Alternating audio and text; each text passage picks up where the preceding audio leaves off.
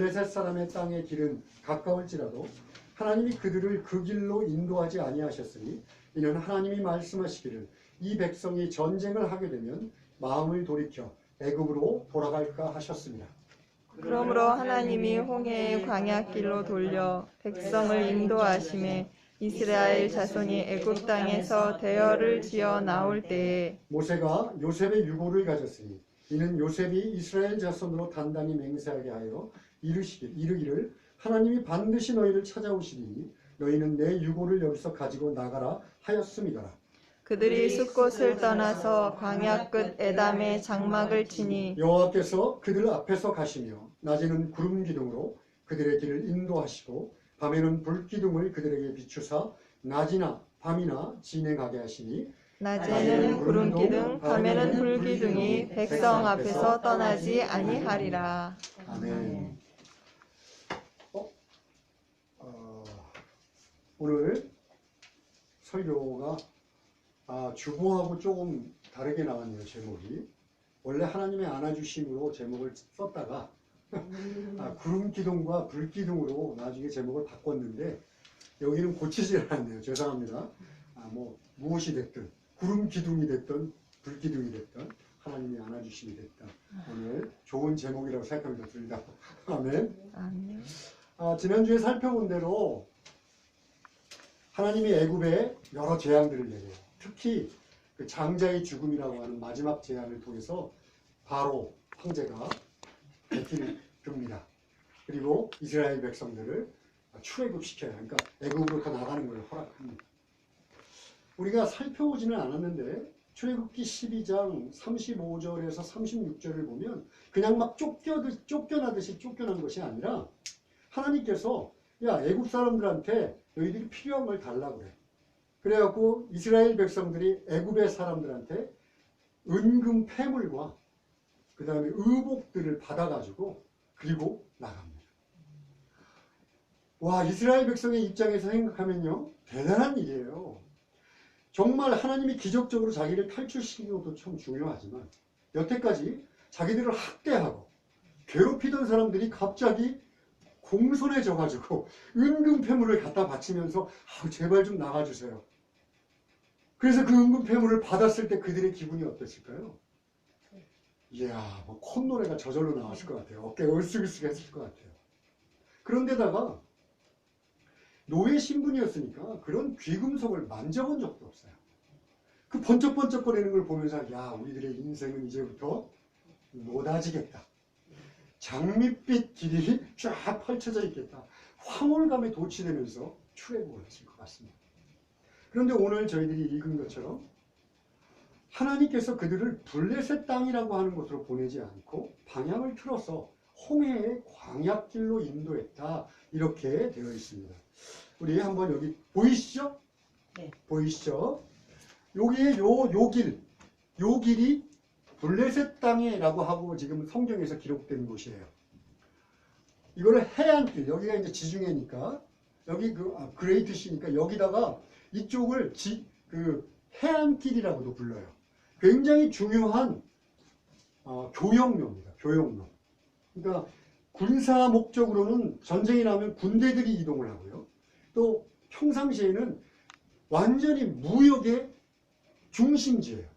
여기를 통해서 여기가 이제 애굽이고 저쪽이 예전에는 바빌론이 저쪽에 있었어요.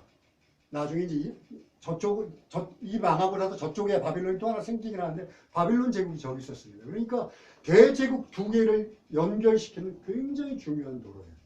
그래서 이 도로를 차지하면 사람들이 그 지역의 패권을 장악할 수 있었어요. 근데 출애굽 당시에는 대부분의 지역을 누가 갖고 있었냐면 애굽이 갖고 있었어요. 그러니까 도로를 지키려면 어떻게 하겠어요? 군대들을, 그것도 전쟁에 능한 군대들을 도로마다 다 배치를 시킵니다. 여기로 가면 하나님이 약속하신 가나안 땅까지 일주일, 아무리 늦어도 열흘이면 갈 수 있어요.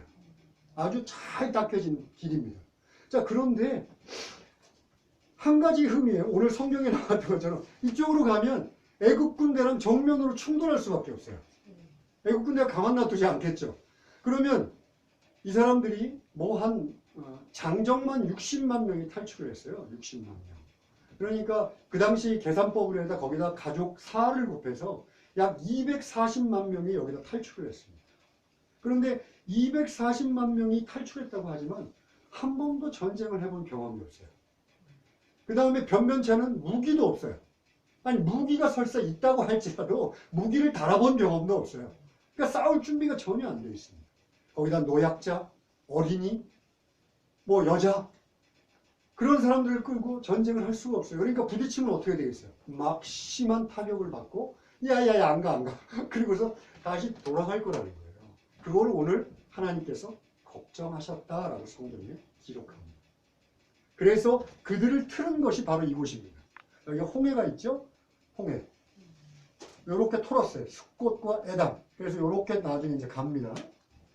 사실 출애굽의 경로는 아주 확실하지는 않아요. 왜냐하면 지역이 계속 바뀌고 있고 지형이 변했기 때문에 분명치는 않지만 많은 신학자들이 이 길을 통과했을 거라고 생각을 합니다. 어쨌든 간에 자 이쪽으로 틀은 것까지는 좋은데 이쪽이 광야라는 거예요. 광야. 여러분 광야 그러면 우리는 그냥 거친 땅, 또 광야를 지나면 하는 찬양 뭐 이런 게 떠오르죠. 근데 광야는요 이게 문제예요. 광야는 길이 없습니다. 길이 없어요. 표식도 없어요. 그리고 모래바람이 한번 불기 시작하면 한치 앞에 안 보여요. 그래서 광야에서 사람들이 어떻게 죽냐면 빙글빙글 맴돌다가 길을 못 찾고 맴돌다가 죽습니다. 기력이 쇠진해서. 그런데다가 먹을 것, 마실 곳이 없는 것이에요. 아무것도 없습니다. 그런데다가 광야길에 이제 캐러반들, 광야에 익숙한 캐러반들이 상업로서 썼던 길들이 있어요. 그런 곳을 노리고 도적대들이 횡행합니다.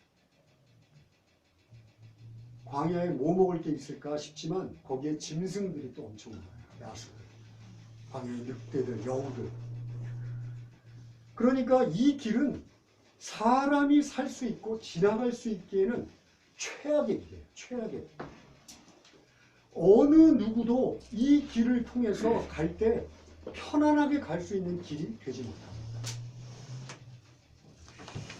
자, 그런데 아까도 말씀드렸지만 그곳에 약 240만 명, 노약자, 어린아이, 또 여자 이런 사람들이 포함된 사람들을 다 광야로 보냈어요.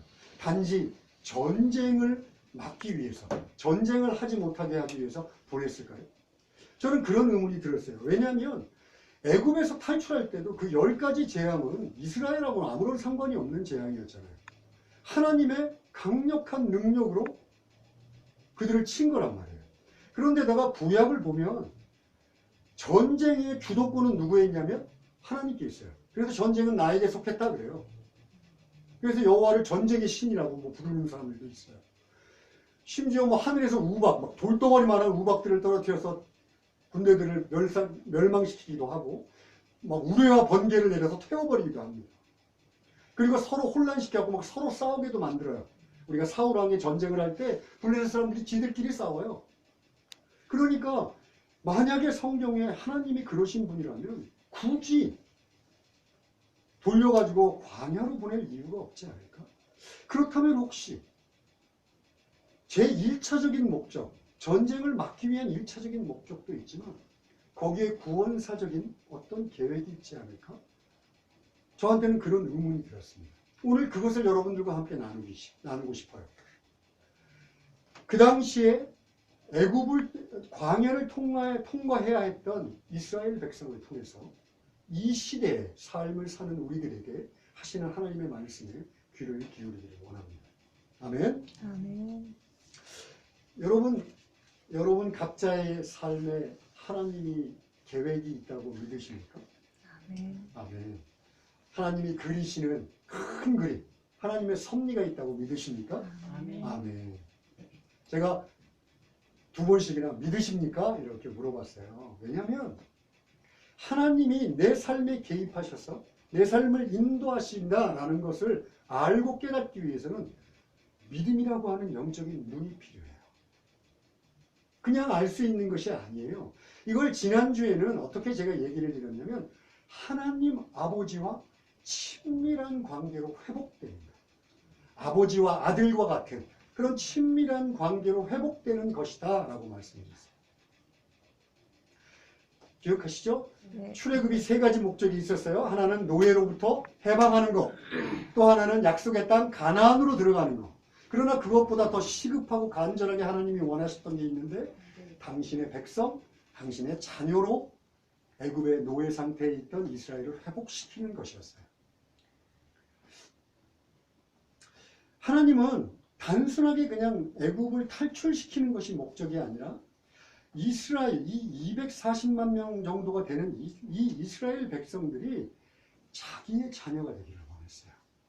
그리고 노예 상태로부터 벗어나서 자유로운 백성들이 되기를 원했어요. 좀 더 나가면 성경에서 이스라엘을 택하신 이유는 이스라엘을 통해서 주변의 국가들에게 복을 끼치기를 원했어요. 이것을 우리가 제사장 나라 이렇게 얘기합니다. 그러니까 하나님은 이스라엘을 그냥 택하신 게 아니라 이스라엘을 통해서 열방들을 복주기 위해서 택하신 거예요. 그런데 이 복주심 이런 것들은 무엇을 통해서만 가능하냐면 하나님에 대한 전적인 신뢰와 사랑을 통해서만 가능합니다. 왜냐하면 240만 지금 굉장히 많은 것 같지만 열방의 국가들에 비하면 눈에 차지도 않는 숫자예요. 더군다나 그들이 노예였어요. 아무런 경험이 없는 자들이에요. 그런데 이들을 하나님께서 꿈을 가져신 거예요. 열방을 축복하는 나라로 세우겠다. 그때 이들이 축복하는 나라가 되기 위해서는 하나님에 대한 전적인 신뢰, 하나님의 사랑에 대한 사랑을 가지고 응답하는 것 외에는 답이 없습니다. 답이 없어요. 만약에 이것이 없다면 아까 이 길을 통해서 하나님이 막 기적적으로 우박을 놓고 막 천둥번개를 내려갖고 일주일 만에 갔다고 칩시다. 여전히 이스라엘 백성들은요, 애굽의 노예 상태에서 벗어나지 못합니다. 우상들을 섬기던 상태에서 벗어나지 못합니다. 제 말이 좀 오바 같아요. 한번 볼까요? 우리 출애굽기 14장 11절로 12절입니다. 우리 좀 많지만 같이 읽겠습니다. 시작. 그들이 또 모세에게 이르되 애굽에 매장지가 없어서 당신이 우리를 이끌어내어 이 광야에서 죽게 하느냐. 어찌하여 당신이 우리를 애굽에서 이끌어내어 우리에게 이같이 하느냐. 우리가 애굽에서 당신에게 이른 말이 이것이 아니냐. 이르기를 우리를 내버려 두라. 우리가 애굽 사람을 섬길 것이라 하지 아니하였다. 애굽 사람을 섬기는 것이 광야에서 죽는 것보다 낫겠노라. 여러분 이 말을 언제 했는 줄 아세요? 홍해 앞바다에 딱 도착을 했어요. 근데 뒤에는 출애굽시킨 이스라엘을 출애굽시킨 게 후회하던 바로 왕이 그 당시 유명했던 애굽의 전차부대를 보냅니다. 그래서 뒤에는 막 애굽의 전차부대가 바바바바 하면서 쫓아와요. 앞에는 홍해가 가로막혀 있어요. 그랬더니 이러는 거예요. 이게 며칠 지났냐면 거리상으로 약 3일 정도 됐을 거라고 생각해요. 여러분 기억하세요. 3일입니다. 3일. 애굽의 놀라운 재앙을 통해서 귀금속을 받고 승전가를 부르며 나왔던 사람들이 어디 머리 한편에도 하나님의 기적 남아있지 않습니다. 이들에게 아까 그 해안길을 통해서 가나안 땅에 집어넣었다 할지라도 똑같이 어려운 일을 당하면 그 다음엔 어떻게 될까요? 야, 애굽을 왜 탈출시킨 거야? 또 불평불만으로 갈까?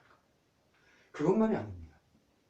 아까 희망의 상징이었던 은금 폐물, 그 귀금속, 금장식, 귀걸이, 목걸이, 발걸이 그것들로 하나님이 정말 싫어하는 우상인 금송아지를 만드는 재료였습니다. 하나님을 배반하는 우상을 만드는데 하나님이 주신 축복으로 사용해버려요. 여러분, 이스라엘 백성들에게 정말 시급한 것은 약속의 땅에 들어가는 것이 아니라 출애굽한 하나님이 애굽의 다른 어떤 신의 하나가 아니라 천지 우주 만물을 창조하신 참된 하나님이시고 내가 이분에게 온전히 섬길 때 나는 애굽의 노예의 근성으로부터 벗어나서 참된 자유인이 될 수 있다는 것을 훈련해만 있습니다. 이들은 광야에서 40년을 훈련받습니다. 처음에는 40년 계획이 아니었어요. 한 서너 달. 우리가 성경을 잘 꼼꼼히 보면 가데스 바네아까지 도착했을 때가 한 달 반 정도였으니까 기껏해야 한 달 반, 세 달 이 정도입니다. 자, 그러면 이들에게 있어서 광야는요, 학교입니다. 훈련시키는 사관학교예요. 이 말을 뒷받침해주는 구절이 있습니다. 신명기 32장 10절로 11절입니다. 이것도 좀 길지만 같이 읽겠습니다. 시작. 여호와께서 그를 황무지에서 짐승이 부르짖는 광야에서 만나시고 호위하시며 보호하시며 자기의 눈동자같이 지키셨도다. 마치 독수리가 자기의 보금자리를 어지럽게 하며 자기의 새끼 위에 너풀거리며 그의 날개를 펴서 새끼를 받으며 그의 날개 위에 그것을 엎는 것 같이. 이 구절은 좀 이해를 필요로 해요. 여러분 독수리에 대해서 좀 아시나요?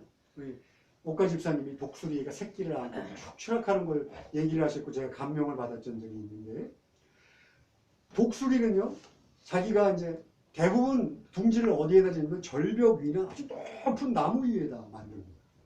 독수리가 잘나니까 아마 티를 내고 싶은가 봐요. 그런데 그 절벽 위에 둥지를 만들어 놓고 새끼를 키우다가 새끼가 이제 어느 정도 몸집이 커져서 날 때가 되면요, 보세요. 보금자리를 어지럽게 하고 자기의 새끼 위에 너풀거린다. 무슨 소리냐면 둥지에 새끼가 이렇게 앉아있으면 가서 그 큰 날개를 가지고 퍼덕퍼덕거려갖고 새끼를 떨어뜨려요. 그러면 새끼가 공포와 두려움에 휩싸여갖고 막 퍼덕거리면서 밑으로 떨어질 거 아니에요. 근데 날지 못해요. 그러니까 땅바닥에 부딪힐 쯤 되면 쏜살같이 내려와서 그 날개 위에 그것을 업어버립니다. 그리고 다시 위로 올려요. 그리고 둥지에 올려놓습니다. 그리고 다시 또 퍼덕퍼덕거려서 둥지를 어지럽혀서 떨어뜨려버려요. 그러면 요번에도 어떻게 하겠어요? 죽겠다고 또 날개짓을 하겠죠. 또 떨어질 때쯤에 날개로 등을 받아서 올려놓습니다. 그렇게 서너 차례 반복하면 날개에 힘이 생겨요. 그러면 그 다음부터는 자기가 혼자 날아갑니다. 여러분, 독수리다울 수 있을 것은 둥지에서가 아니라 날 창공을 날아갈 때입니다. 자유롭게 하나님이 허락하신 그 창공을 멋있게 날아갈 때 그걸 보고 우리가 독수리라고 그러지. 둥지에서 이렇게 앉아있는 것을 우리가 독수리인가? 라고 생각하겠죠. 비록 그들이 출애굽을 해서 하나님의 은혜로 출애굽을 했지만 이들에게 하나님은 훈련이 필요하다고 생각하셨어요. 독수리가 스스로 날 수 있을 것처럼 당신의 백성인 이스라엘이 스스로 하나님이 허락하신 자유로운 백성으로 살아가기를 하나님은 원하셨어요. 그러니까 그들을 광야로 틀으신 거예요. 그런데 이스라엘한테만 그런 일이 있을까라고 생각해보면 여러분들 혹시 지금 광야에 발을 딛고 있지는 않습니까?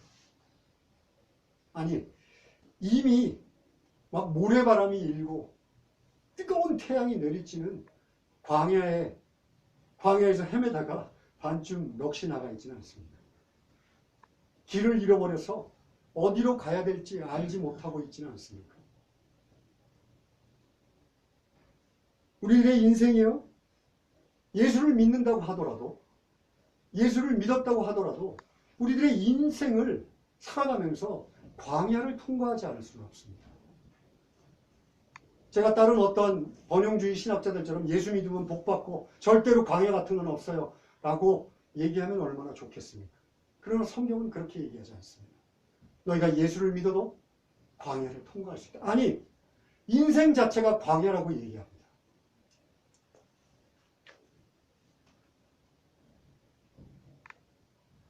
나이가 들면 우리 권사님 앞에서 권사님이 증인이시겠지만 몸이 불편합니다. 자기 마음대로 움직이지 않아요. 그리고 자꾸 여기저기가 아파요. 그리고 어느 날 건강을 잃어버리는 경우도 있습니다. 뭐 암이 찾아오거나 말할 수 없는 고통이 찾아오기도 합니다. 조금씩 살기 위해서 빚을 졌는데 그 빚이 너무나 불어나갖고 이제는 도저히 어떻게 할 도리가 없을 정도로 우리를 짓누르는 경우가 많아요. 경제적으로는 점점 더 어려워지고 사랑하는 사람을 먼저 떠내보내야 될 때도 있습니다.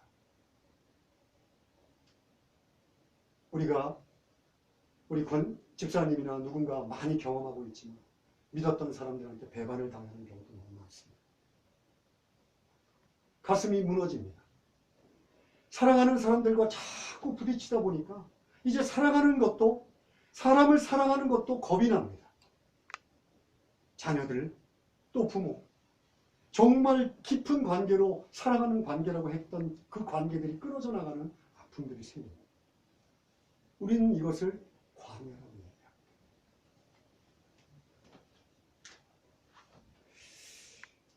광야를 걸어갈 때는요, 이런 상황만이 아니라 우리들의 감정이 굉장히 중요해요.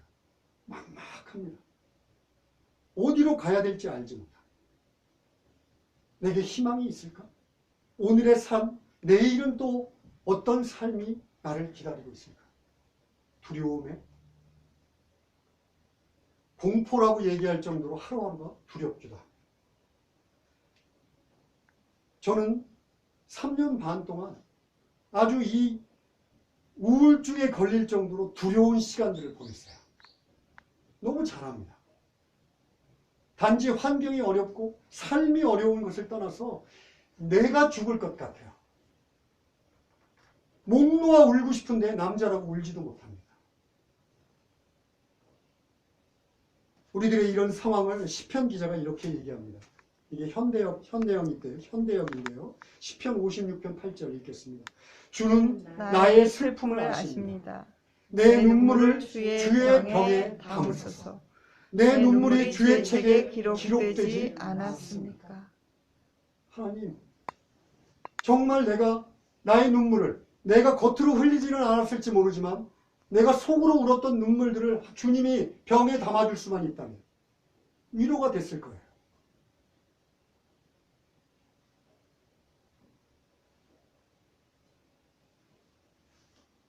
오늘 이 시편의 기자가 부르짖고 있는 이 말씀, 광야를 지난 우리들이 고백할 수밖에 없는 말입니다. 노래할 수밖에 없는 애가입니다. 그런데 아까도 얘기했지만 하나님은 광야로 우리들의 인생을 이끄시지만 목적이 있어요. 야, 너희들의 삶이 그렇게 고단하고 삭막하고 두려움에 빠진 삶으로 끝날 것이다 얘기하지 않습니다. 광야에서 우리가 회복되기를 원하세요. 하나님의 자녀로 거듭나기를 원하세요. 아까 독수리가 훈련을 시키듯이 우리가 정말 필요한 것들이 무엇인지 보기를 원하세요. 여러분, 인생이 정말 우리가 살고 있는 광야 그대로 끝나버린다면, 아무런 목적도 희망도 없이 끝나버린다면 예수 믿는 것 무슨 소용이 있겠습니까?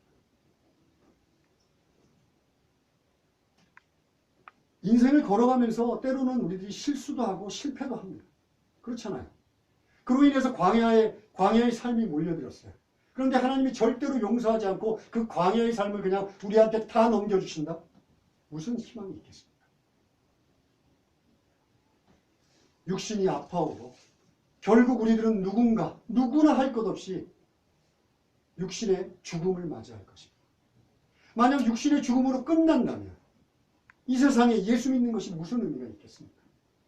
하나님은 우리들에게 아니야, 이 세상은 이 육신의 삶으로 끝나는 것이 아니라 또 다른 삶이 기다리고 있다고, 그 길을 우리들이 깨닫게 하시기 위해서 광야의 삶을 우리들에게 허락하십니다. 육신의 후패함, 육신의 병약함, 우리가 아파지고 나약해질수록 이 삶 너머에 하나님이 주시는 삶이 있겠구나 확인하게 하는 것이 광야의 장소예요. 자, 우리가 그러면 그래요, 목사님 얘기하는 건 잘 알겠습니다.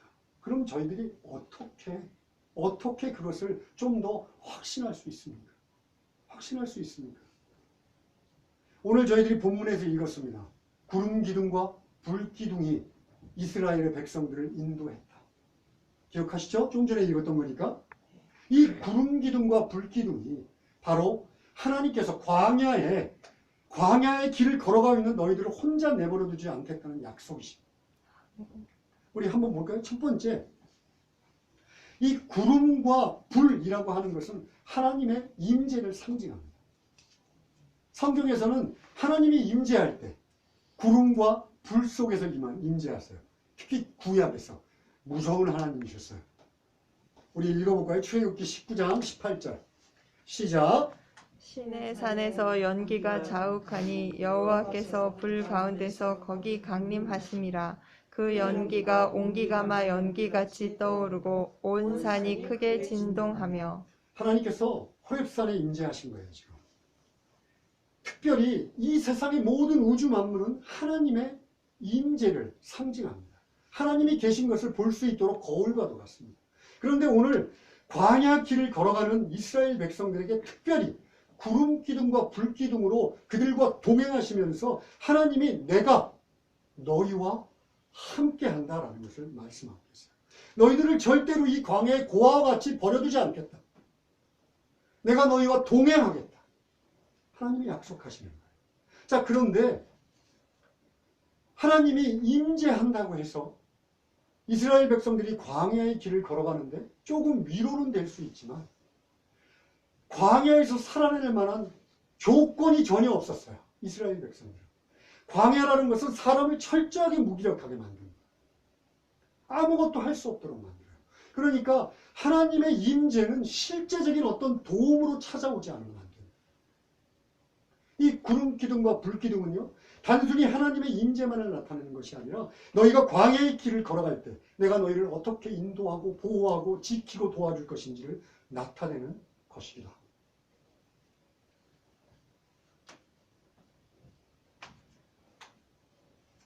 먼저는요, 이 광야의 낮에는요, 42도, 43도까지 올라가요. 뭐, 온도 자체가 문제가 아니라 태양이 얼마나 뜨거운지 한 5분만 걸어가면 머리가 어지러지해진다고 합니다. 저는 잘 모르지만, 거기 이스라엘에 사는 선교사분들이 그래요. 그런데 그곳에 낮에 구름 기둥이 들어서 그늘을 쫙 쳐줍니다. 그러니까 걸어갈 수 있는 거예요. 밤이 되면요, 온도가 떨어져서 영하권으로 떨어져 버려요. 추워갖고 정신을 못 차려요. 그런데 불기둥이 그들에게 온기를 전해줍니다. 낮에는 구름이 방패가 되고 밤에는 불기둥이 우리들에게 생명의 온기를 전해줍니다. 그뿐만이 아니에요. 하나님이 우리들을 보호하신다는 것, 그 당시 이스라엘 백성들을 보호하신다는 걸 이 구름 기둥으로 보여주셨어요. 우리 출애굽기 14장 19절 20절 읽겠습니다. 시작. 이스라엘 진 앞에 행하던 하나님의 사자가 옮겨 그 뒤로 행하매 구름 기둥도 앞에서 뒤로 옮겨 애굽 진과 이스라엘 진 사이에 이르러서니 저편은 구름과 흑암이 있고 이편은 밤이 광명하므로 밤새도록 저편이 이편에 가까이 못하다. 애굽의 전차병이 아까 얘기했잖아요. 홍해 앞으로 막 쳐들어왔어요. 그래갖고 하나님이 홍해를 갈라주십니다. 근데 갈라주셨다 하더라도 애굽의 전차병이 너무나 빨리 다가오니까 뒷사람들은 다 죽게 생겼어요. 그럴 때 불기둥은 앞에다 놔두시고 구름기둥을 뒤로 보내십니다. 뒤로 보내서 그곳을 구름기둥으로 완전히 덮어버려요. 애굽의 병사들이 정신을 못 차립니다. 앞으로 나가지를 못해요. 보이지가 않으니까. 완전한 암흑으로 흑암으로 덮어버립니다. 그래서 언제까지? 이스라엘 백성들이 안전하게 홍해를 건널 때까지. 하나님이 보호하시고 정말 시편 기자가 외쳤던 것처럼 주는 나의 산성이시오, 나의 피난처시오, 나의 방패시다고 고백했던 그 고백이 지금 이 구름 기둥을 통해서 나타나고 있습니다. 여러분, 이스라엘 백성들이요, 아까 광야는 길이 없다고 그랬어요. 그렇잖아요. 길이 나 있지 않습니다. 그러니까 어디로 가야 될지 알지 못해요. 그런데 구름이 뜹니다. 그래서 구름이 움직여요. 그러면 그걸 보고 쫓아가는 거예요. 그리고 구름이 딱 멈추면 그 자리에 진을 칩니다. 그리고 다시 구름이 뜨면 그 구름이 가는 곳으로 쫓아갑니다. 하나님이 우리들의 인생에서도 동일하게 길을 예비하시는 것처럼 길을 없어서 헤매다가 죽을 수밖에 없는 이스라엘 백성들에게 길을 안내하셨어요. 여러분 생각해 보세요. 240만입니다. 240만. 그 240만들이 배후를 져서 쫙 가고 있는데 낮에는 구름 기둥이 그들을 쫙 덮습니다. 얼마나 장엄한 광경이겠어요.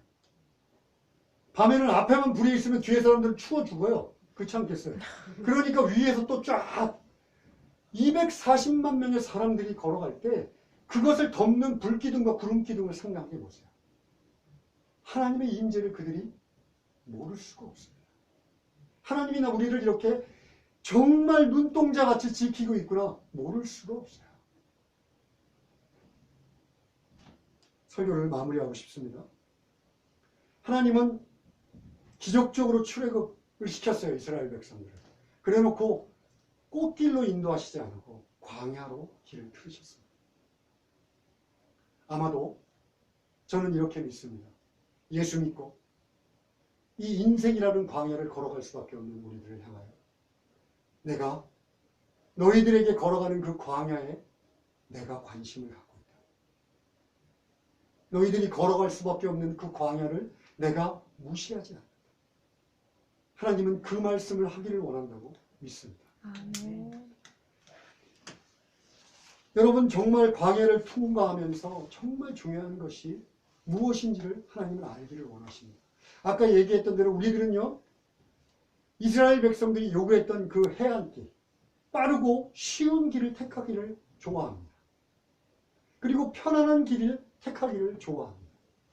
이스라엘 백성들이 황홀하게 바라봤던 귀금속으로 상징된 물질이 가득하기를 소원합니다. 이것이 우리들의 인생이에요. 그런데 하나님은 아니야.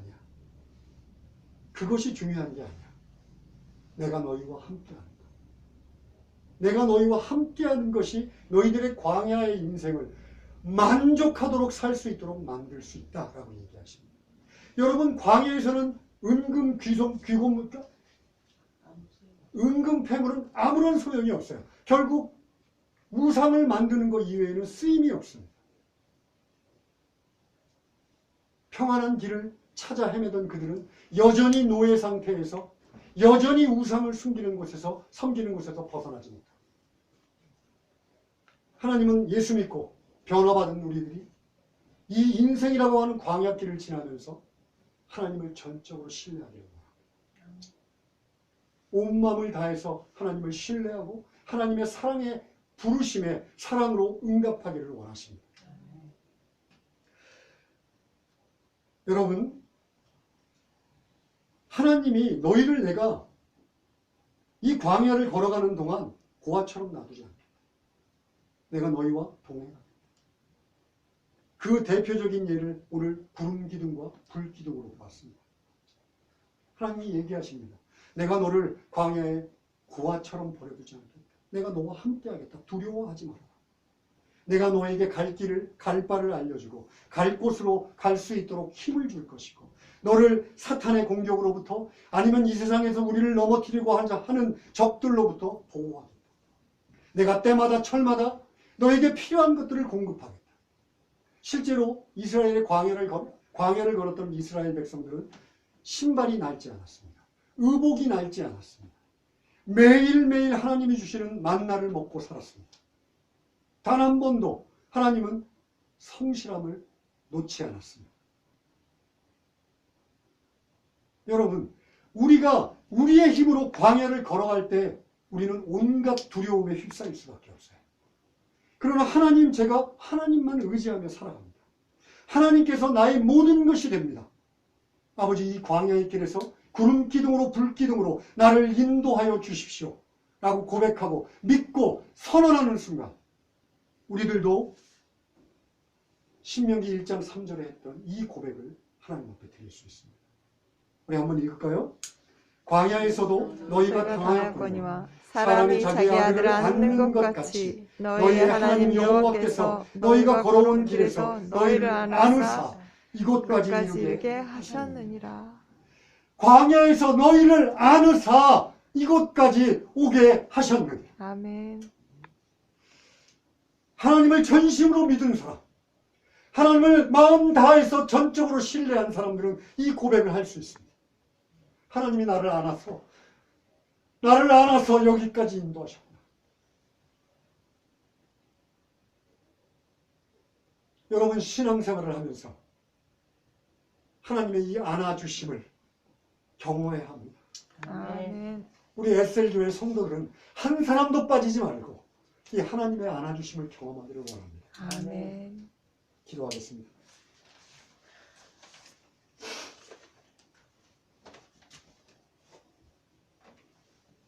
하나님 아버지, 감사합니다. 저희들의 삶이 참 녹록지 않습니다. 유혹하는 것도 많고, 괴롭히는 것도 많고, 마음을 상하게 하는 것도 많고,